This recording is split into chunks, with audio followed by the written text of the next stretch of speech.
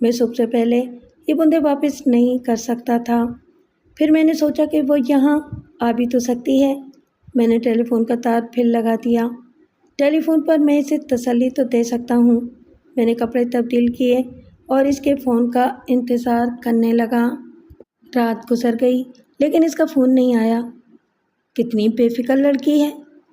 بے فکر کیوں نہ ہو، جس کے پاس درجنوں ہیرے ہوں، اس کے نزدیک ان ہیروں کی کیا وقت۔ میں نے گاڑی نکالی اور صرافہ بازار کی طرف چل دیا۔ میں رات ہی کو سوچ چکا تھا کہ مجھے کیا کرنا ہے۔ میں ایک بڑی دکان میں داخل ہوا۔ میں چاہتا ہوں ان اصلی ہیروں کو نکال کر آپ نقلی ہیرے لگا دیں، لگ جائیں گے، لیکن بالکل اسی طرح ترشے ہوئے ہوں، بالکل اصلی معلوم ہوں گے، مجالے جو کوئی پہچان لے۔ یہ کام کب تک ہو جائے گا؟ یا آپ کو پرسوں مل جائیں گے؟ میں آپ کو دگنے دام دوں گا، لیکن یہ مجھے آج ہی چاہیے۔ دکاندار نے کچھ دیر سوچا اور پھر تیار ہو گیا۔ ٹھیک ہے، شام 4 بجے آ کر لے جائیے گا۔ مجھے یہ اصلی ہیرے نکال کر دے دیجیے۔ دکاندار نے وہ ہیرے نکال دیے۔ میں نے 5,000 خرچ کر کے کم و بیش 5 لاکھ کی رقم کما لی تھی۔ دن بھر میں ادھر ادھر گھومتا رہا اور 4 بجے جیولر سے جعلی ہیروں کے بندے لے کر گھر آ گیا۔ گھر پہنچتے ہی ملازم نے بتایا کہ نائلہ کا فون آیا تھا۔ اس نے بتایا کہ وہ پھر فون کرے گی۔ اب مجھے پرواہ نہیں تھی، بے شک وہ فون کرے یا خود چلی آئے۔ شام کو اس کا فون آیا، تو پھر ہم مل رہے ہیں نا؟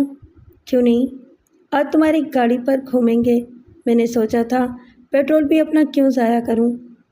یہ خیال چھوڑ دیجیے، آپ کو معلوم ہے میں ڈرائیونگ نہیں کرتی اور فی الحال ڈرائیور پر میں کوئی راز ظاہر کرنا نہیں چاہتی۔ ارے ہاں، یہ تو میں بھول ہی گیا تھا۔ میں ایسا کرتی ہوں، ڈرائیور مجھے ہالیڈے ان چھوڑ کر چلا جائے گا، وہاں سے آپ پک کر لیجیے گا۔ اب ہالیڈے ان کی جان چھوڑیے بھی۔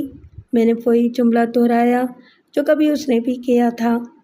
بہت خوب، ہماری بلی ہم ہی کو میاؤں۔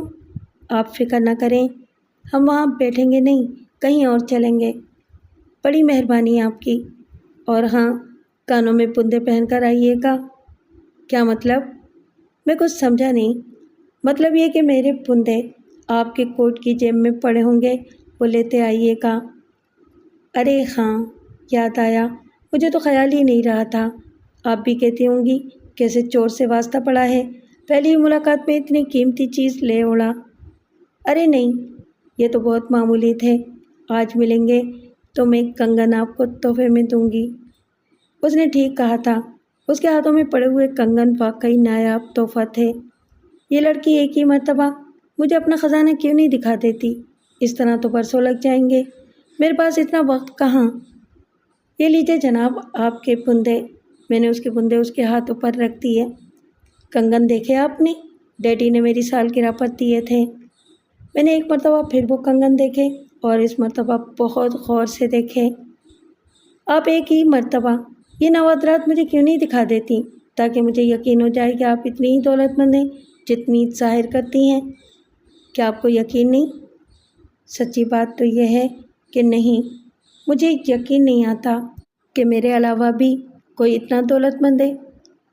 جب یہ ساری دولت ایک دن میں آپ کے نام کر دوں گی، اس روز یقین کر لیجیے گا۔ فی الحال تو کہیں چلتے ہیں، چلو سنگاپور چلتے ہیں۔ ابھی؟ کل صحیح، مگر آج تو کہیں چلیے۔ اس کے گاڑی میں بیٹھتے ہی میں نے گاڑی سٹارٹ کر دی اور ایک جھٹکے سے آگے بڑھ گیا۔ کہاں چلیں گے؟ اس نے پوچھا۔ کہیں نہیں، بس یوں ہی گھومیں گے بے مقصد، یا پھر کہیں رک کر آئس کریم کھائیں گے۔ ایک مصروف شارہ سے گزرنے کے بعد میں نے اس منصوبے پر عمل کرنے کا ارادہ کیا جو ابھی کچھ دیر پہلے میں نے اپنے ذہن میں تیار کیا تھا۔ نائلہ، ایک بات کہوں؟ کہیے۔ تم اپنا سارا زیور لے کر ایک دن کے لیے میرے گھر آ سکتی ہو؟ اس عجیب و غریب سوال پر اس کا گھبرا جانا اور میری طرف شک کی نگاہ سے دیکھنا بالکل فطری تھا۔ گھبراؤ نہیں، بات یہ ہے کہ میں آرٹسٹ بھی ہوں۔ میں ان زیورات میں تمہاری تصویر بنانا چاہتا ہوں۔ بس تمہیں ان زیورات کو پہن کر کچھ دیر کے لیے میرے سامنے بیٹھنا ہوگا۔ چھوڑیے، کیا کریں گے میری تصویر بنا کر؟ مجھے یوں بھی تصویروں کا کوئی زیادہ شوق نہیں ہے۔ یہ کہو نا کہ تمہیں مجھ پر اعتبار نہیں۔ اتنا زیور ساتھ لاتے ہوئے ڈرتی ہو؟ یہ بات نہیں دانش، پھر کیا بات ہے؟ زیورات بینک لاکر میں ہیں، امی کے دستخط کے بغیر میں لاکر نہیں کھول سکتی۔ کوئی بہانہ کر دیجیے گا۔ وہ بہانہ آپ ہی بتا دیں۔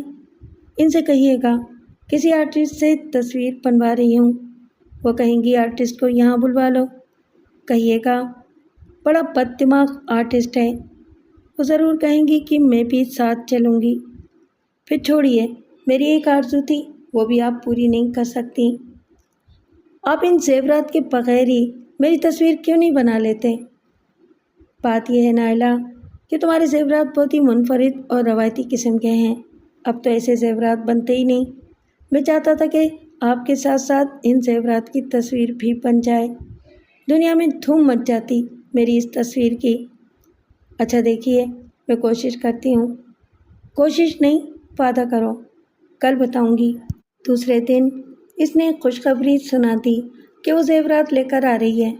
وہ اپنے ڈرائیور کے ساتھ آئی تھی جو اسے چھوڑ کر واپس چلا گیا تھا۔ میں دل ہی دل میں خوش ہو رہا تھا کہ ابھی تھوڑی دیر بعد وہ اور اس کا ڈرائیور دونوں مل کر مجھے ڈھونڈتے پھریں گے۔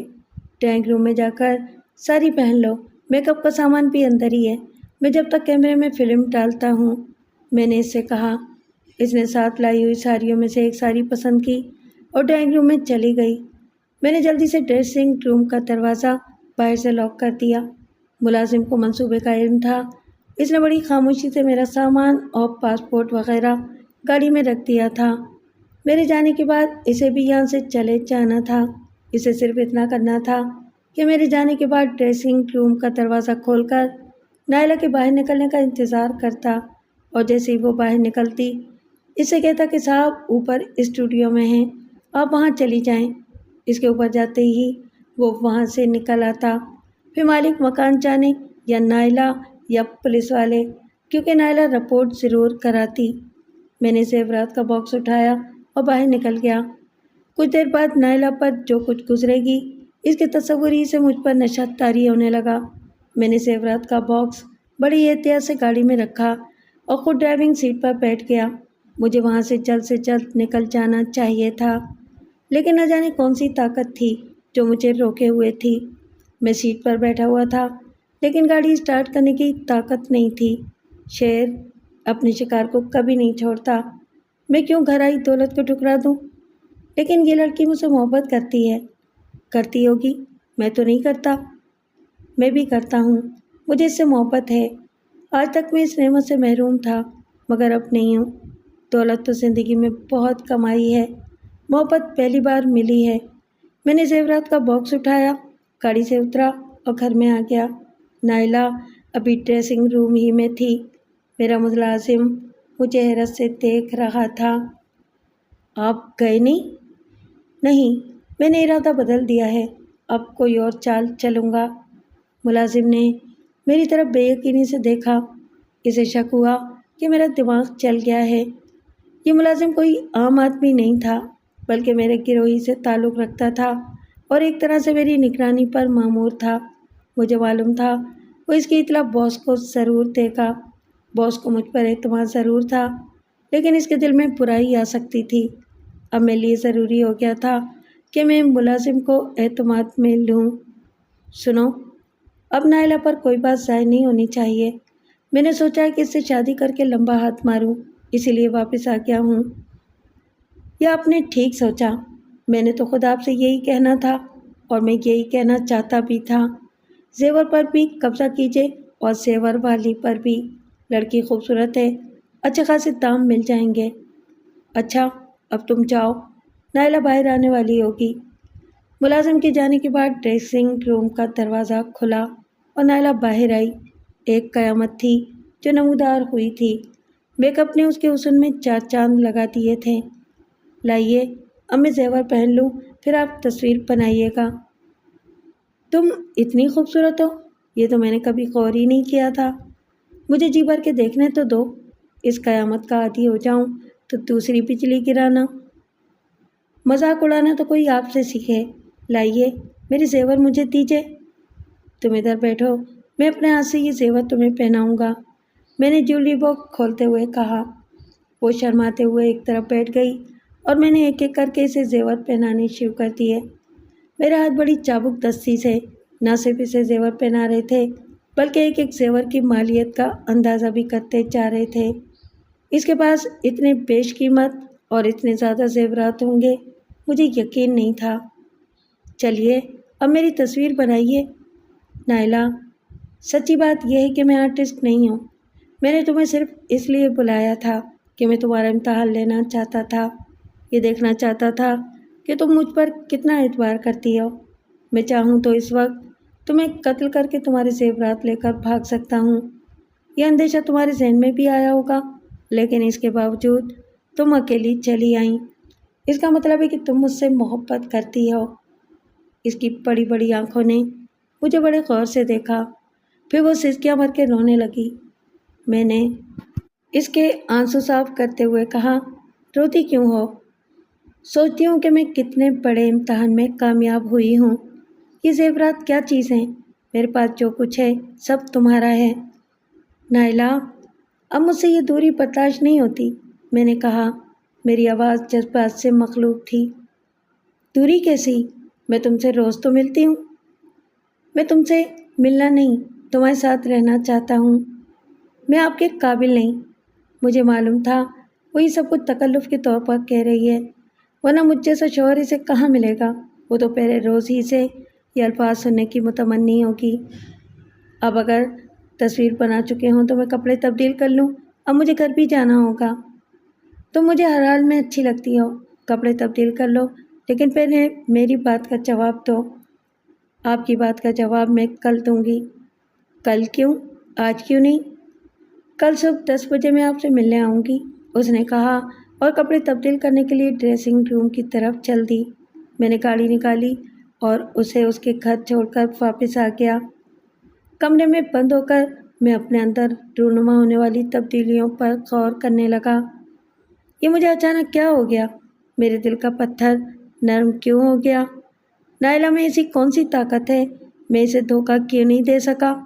کیا میں یہ سمجھ لوں کہ مجھے اس سے محبت ہو گئی ہے، اس لیے کہ جس سے محبت کی جاتی ہے اسے دھوکہ نہیں دیا جاتا؟ بہت غور کیا تو جواب یہی آیا کہ مجھے نائلہ سے محبت ہے۔ میں نے اس رات اپنے آپ سے کئی باتیں کی ہیں۔ میں نے عہد کیا کہ نائلہ سے شادی کروں گا اور شادی کے بعد میں شریفانہ زندگی گزاروں گا۔ اس زندگی کے لیے پورا منصوبہ میرے ذہن میں تھا۔ ہمارے گروہ کا قاعدہ ہے کہ جس رکن کو جیل ہو جاتی ہے اسے گروہ میں رکھا نہیں جاتا۔ میں نے فیصلہ کر لیا تھا کہ جو ہی نائلہ شادی پر تیار ہو جائے گی میں کوئی ایسا اوچھا ہاتھ ماروں گا، کوئی چھوٹی سی ایسی واردات کروں گا کہ 2-4 مہینے کے لیے جیل چلا جاؤں۔ اس کے بعد مجھے گروہ سے آزادی مل جائے گی۔ نائلہ کے پاس اتنی دولت ہے کہ میں جس قسم کی زندگی گزارنے کا عادی ہو گیا ہوں وہ زندگی بآسانی گزار سکوں گا۔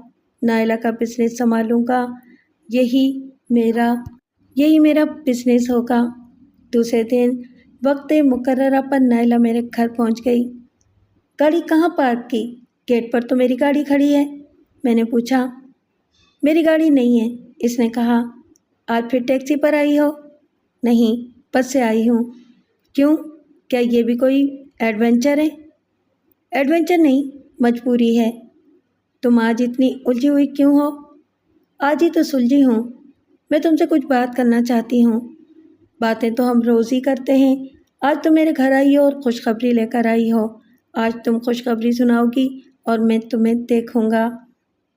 یہ بھی تو دیکھو میں دیکھنے کے لائق ہوں بھی یا نہیں۔ کیوں مذاق کرتی ہو؟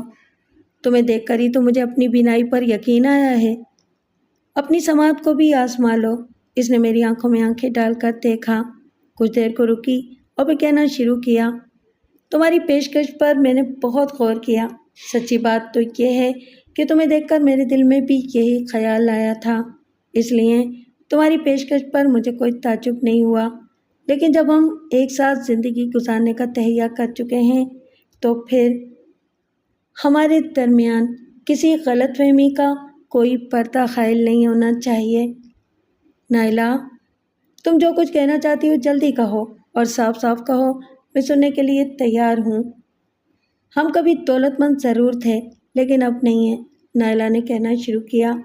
میرے والد کا بہت بڑا کاروبار تھا، دنیا کی ہر نعمت ہمیں میسر تھی، پھر ہمارے گھر کو کسی کی نظر لگ گئی، میرے والد دیوالیہ ہو گئے اور اسی غم میں وہ قبر تک پہنچ گئے۔ ان کے بعد ہم پر کیا گزری یہ ایک طویل کہانی ہے۔ بس یہ جان لو کہ میں ایک دفتر میں ٹائپسٹ ہوں اور اپنی بوڑھی ماں کے ساتھ رہتی ہوں۔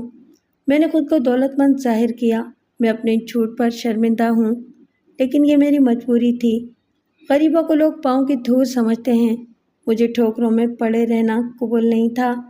میں دولت مند سہیلیوں کے سہارے خود کو دولت مند ظاہر کرتی تھی تاکہ کسی دولت مند لڑکے کی نظروں میں آ جاؤں اور میرا مستقبل سنور جائے۔ پھر تم سامنے آ گئے۔ میں تمہیں کھونا نہیں چاہتی تھی، میں نے جائز طریقے سے دولت مند بننے کا خواب دیکھا تھا، شاید غلط دیکھا تھا، وہ کہہ رہی تھی، اور میں دل ہی دل میں ہنس رہا تھا۔ میں سمجھ رہا تھا کہ یہ بھی ایک طریقہ ہے میرے خلوص کا امتحان لینے کا۔ وہ یہ دیکھنا چاہتی ہوگی کہ میں اسے پیار کرتا ہوں یا اس کی دولت سے۔ اب میری باری تھی کہ میں اسے سوال کروں اور لاجواب کر دوں۔ ایک غریب لڑکی ایسے لباس کس طرح پہن سکتی ہے جو تم پہنتی رہی ہو؟ وہ سارے لباس میری سہیلیوں اور خاص طور پر راحلہ کی مہربانیوں کا صلہ تھے، اور وہ زیور راحلہ کے تھے۔ میں نے بارہا تمہیں تمہاری شاندار کوٹھی کے سامنے ڈراپ کیا ہے۔ وہ میری نہیں، راحلہ کی کوٹھی ہے۔ وہ میرے راز سے واقف تھی، آپ مجھے وہاں اتارتے تھے، وہ اپنی گاڑی میں مجھے میرے گھر چھوڑ آتی تھی۔ جو فون نمبر میں نے آپ کو دیا تھا وہ بھی راحلہ کا ہے، میرے گھر تو ٹیلی فون ہی نہیں ہے۔ وہ میرے ہر سوال کا جواب اتنی سنجیدگی اور اعتماد سے دے رہی تھی کہ مجھے شک ہونے لگا کہ وہ سچ بول رہی ہے۔ جب تم یہ جھوٹ بول ہی چکی ہو اور مجھے یقین بھی آ چکا ہے تو اب انکار کیوں کر رہی ہو؟ اس لیے کہ اب مجھے یقین ہو گیا ہے کہ تم مجھے ہر حال میں قبول کر لو گے۔ میں سوچ بھی نہیں سکتا تھا کہ بظاہر معصوم نظر آنے والی لڑکی اتنی صفائی سے جھوٹ بول سکتی ہے۔ میں طے نہیں کر پا رہا تھا کہ میں اسے جھوٹی کہوں، لالچی کہوں یا مجبور۔ میں ابھی کسی نتیجے پر پہنچا نہیں تھا کہ نائلہ کی آواز پھر میری سماعت سے ٹکرائی۔ کیوں؟ میری غربت کی کہانی سن کر آپ کو پچھتاوا ہونے لگا؟ مجھے فوراً اپنی غلطی کا احساس ہوا۔ میں نے سوچا میری خاموشی مجھے لالچی ثابت کر دے گی۔ یہ غریب لڑکی کیا سوچے گی؟ یہی نا کہ میں اس سے نہیں، اس کی دولت سے شادی کر رہا تھا۔ اس لڑکی میں اتنی اخلاقی جرت تو ہے، میں تو اپنی اصلیت ابھی تک اس پر ظاہر ہی نہیں کر سکا ہوں۔ مجھے پچھتاوا کیوں ہونے لگا تھا؟ میرا جو کچھ ہے تمہارا ہی تو ہے، اور پھر تمہارے حسن کی دولت میرے لیے کیا کم ہے؟ مجھے افسوس ہے تو صرف اتنا کہ تم نے یہ کیوں سمجھ لیا تھا کہ تمہاری غربت میری محبت کی دیوار بن جائے گی۔ میں شرمندہ ہوں۔ تم مجھے اپنی ماں سے ملوا سکتی ہو؟ کیوں نہیں؟ وہ خود تم سے ملنا چاہتی ہیں۔ یہ آخری ثبوت تھا اس کی سچائی کا۔ میں اپنی آنکھوں سے دیکھنا چاہتا تھا۔ میں نے گاڑی نکالی اور اس کے بتائے ہوئے راستے پر چلنے لگا۔ وہ ایک پرانے طرز کا مکان تھا۔ گلی اتنی چھوٹی تھی کہ گاڑی اندر نہیں جا سکتی تھی۔ میں نے گاڑی کو لاک کیا اور نائلہ کے ساتھ پیدل چلتا ہوا اس کے گھر تک پہنچ گیا۔ یہ ہیں میری امی، اور امی یہ ہیں دانش صاحب جن کا ذکر میں نے آپ سے کیا تھا۔ میں نے اس بوڑھی عورت کی طرف غور سے دیکھا۔ مجھے اپنی چچی کو پہچاننے میں قطعی دیر نہیں لگی۔ نائلہ کی ماں میری چچی تھی، اس آدمی کی بیوی تھی جو میرے پورے خاندان کا قاتل تھا۔ نائلہ میری محبوبہ اس قاتل کی اکلوتی بیٹی تھی۔ ایک ساتھ اتنے سچ مجھ پر ظاہر ہو گئے تھے کہ اگر میں غیر معمولی حوصلے کا آدمی نہ ہوتا تو میرا ہوش میں رہنا مشکل ہو جاتا۔ میں نے اس عورت کے چہرے کی جھریاں ہٹا کر غور سے اس کی طرف دیکھا۔ میری چچی کی جوانی میرے سامنے کھڑی تھی۔ میری چچی مجھے نہیں پہچان سکی تھی، اس لیے وہ میرے بارے میں پوچھتے ہوئے میرے باپ کا نام پوچھ رہی تھی۔ میں نے غلط نام بتا کر انہیں شرمندگی سے بچا لیا، لیکن میں وہاں زیادہ دیر بیٹھ نہیں سکا تھا۔ اس رات بڑے زور کا طوفان آیا، بڑی سخت تباہی پھیلی، ایسی تباہی جس میں دیواریں سلامت رہیں، دل بیٹھ گیا۔ ایک کشمکش تھی جس سے میں رات بھر لڑتا رہا۔ کبھی میں سوچنے لگتا کہ میرا دشمن نائلہ کا باپ تھا، نائلہ تو نہیں۔ وہ تو میری پہلی محبت ہے۔ پھر سوچتا ہم بہن بھائی بھی تو اس کے باپ کے دشمن نہیں تھے، اس نے ہمارے ساتھ کیا سلوک کیا؟ مجھے اپنی بہن کی لاش یاد آ گئی، نائلہ کی طرح۔ وہ بھی تو ایک لڑکی تھی۔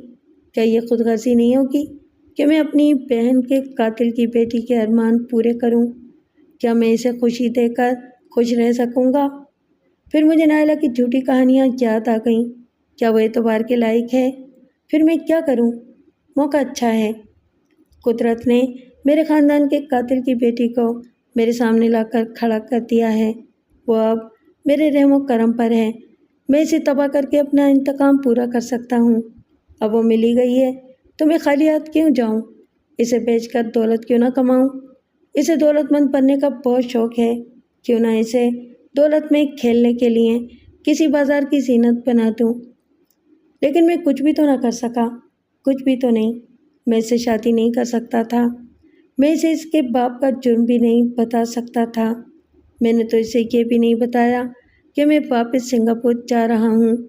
جو ہمیشہ دوسروں کو لوٹتا رہا تھا، اس مرتبہ خود لٹ گیا تھا۔